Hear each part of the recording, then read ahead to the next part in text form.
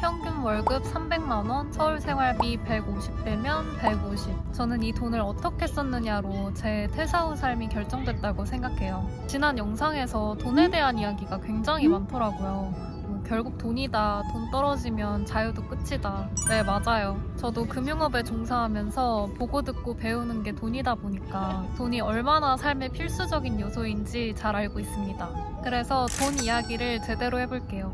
제가 27살에 1억 모은 방법, 2년간의 여행 동안 얼마나 썼는지, 그리고 지금 어떻게 유지하는지까지요.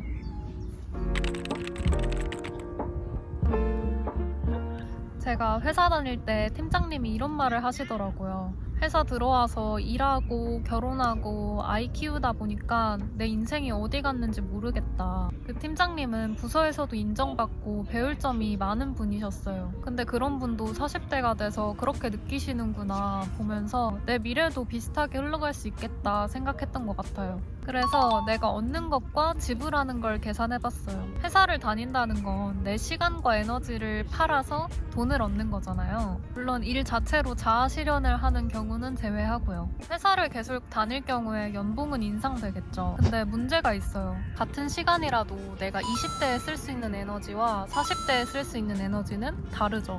회사 입장에선 경력이 쌓일수록 돈을 더 주지만 제 개인의 입장에서 보면 같은 시간을 파는 건데도 내가 에너지를 가장 밀도 있게 쓸 수 있는 시간을 비교적 싸게 회사에 파는 거죠. 그래서 제 20대의 시간과 에너지와 제가 지금 받고 있는 그 돈을 비교했을 때 무엇이 내게 더 가치가 있을까를 고민해봤어요.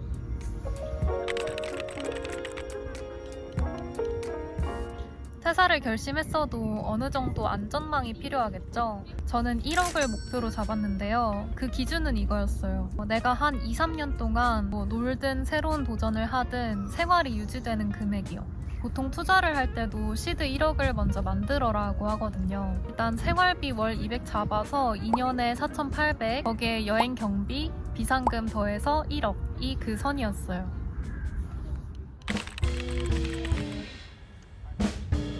그렇게 저는 직장인으로 3년 동안 1억을 모았고요. 제가 제대로 돈을 벌기 시작하면서부터 재테크를 했어요. 제가 비교적 연봉이 높았던 건 맞지만 원래 일반 기업을 다니다가 은행 신입으로 이직한 기간이 있고 또 서울에 혼자 살면서 나가는 고정비가 꽤 있었어요. 구체적으로 어떻게 했냐면요. 먼저 투자 계좌는 크게 세 가지로 나눴어요. 하나는 IRP 같은 퇴직연금 계좌, 하나는 ISA, 그리고 하나는 일반 증권 계좌. 일단 IRP는 퇴직연금 계좌인데 새 공제가 돼서 연말정산 때 받는 혜택이 있어요. ISA는 일정 기간 동안 유지하면 이자나 배당에 대해서 비과세 혜택이 있고요.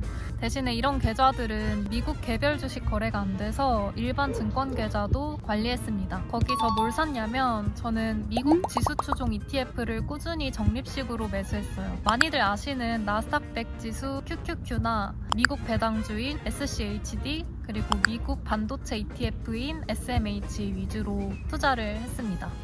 또 개별주 같은 경우는 미국 우량주 중심으로 저장을 해놓고 있다가 기업 실적에 비해 여타 요인에 의해 좀 많이 떨어졌을 때 소위 세일하는 기간이라고 하죠. 그럴 때 좀 담는 식으로 투자를 했습니다. 또 비트코인도 소량 가지고 있었고요. 제가 돈을 모으면서 썼던 방법이 있는데요. 저도 쇼핑 좋아하고 다른 친구들처럼 명품도 사고 싶고 했거든요. 대신에 주식을 쇼핑하듯이 했습니다.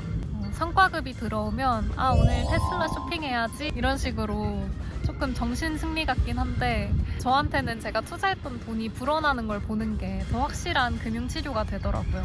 참고로 저는 공격 투자형인 투자 성향이에요. 저도 친구 말 듣고 주식 샀다가 물려보기도 하고 시행착오를 거치며 찾아온 방법인데요. 투자는 개인 성향에 따라 자신에게 잘 맞는 방법이 있으니 투자가 처음이신 분들은 무작정 따라하지 마시고 직접 경험하고 공부해가며 본인만의 방법을 찾아가시길 추천드립니다. 어쨌든 핵심은 한 달에 쓸 돈을 고정해놓고 나머진 전부 투자. 이렇게 꾸준히 했더니 1억이 모였습니다.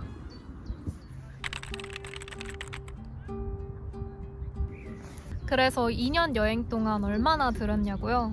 우선 저는 2년간 여행을 했는데 정확한 기간은 24년도에 7달 반, 25년도에 6달 이렇게 총 한 13에서 14개월 정도 여행을 했습니다. 제가 여행한 나라들은 이렇게 되고요. 여행 경비 같은 경우는 어떤 나라를 가느냐, 또 어떤 스타일로 여행을 하느냐에 따라 너무 천차만별인데, 일단 저 같은 경우는 적은 달에는 100만 원대일 때도 있었고 제일 많이 쓴 달은 800만 원대였습니다.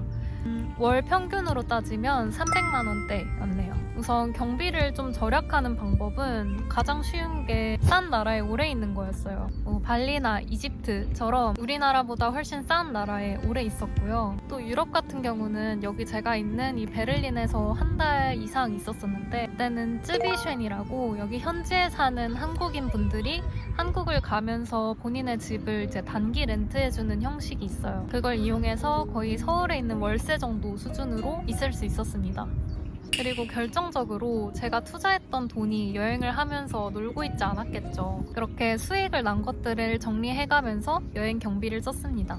결론적으로 한 달에 300만 원, 그리고 13개월 여행했다 쳤을 때 대략 4천만 원 정도가 드는데요. 그렇게 여행 동안 쓴 돈을 감안하더라도 투자 덕분에 꽤 많이 남아 있습니다.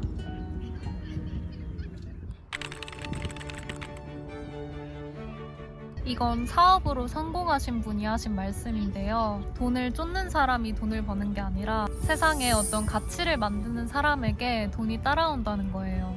결국 돈이라는 것도 내가 중요하게 생각하는 어떤 가치를 실현하는 수단임과 동시에 내가 어떤 가치를 창출했을 때 얻어지는 재화라고 생각해요.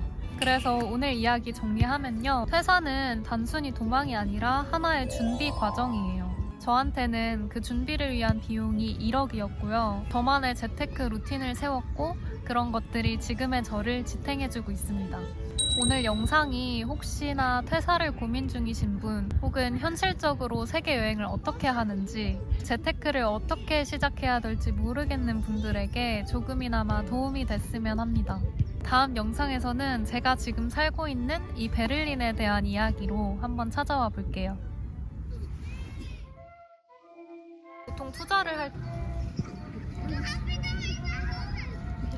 보통 투자를 할 때도 시드 1억을 먼저 만들어라고 하거든요.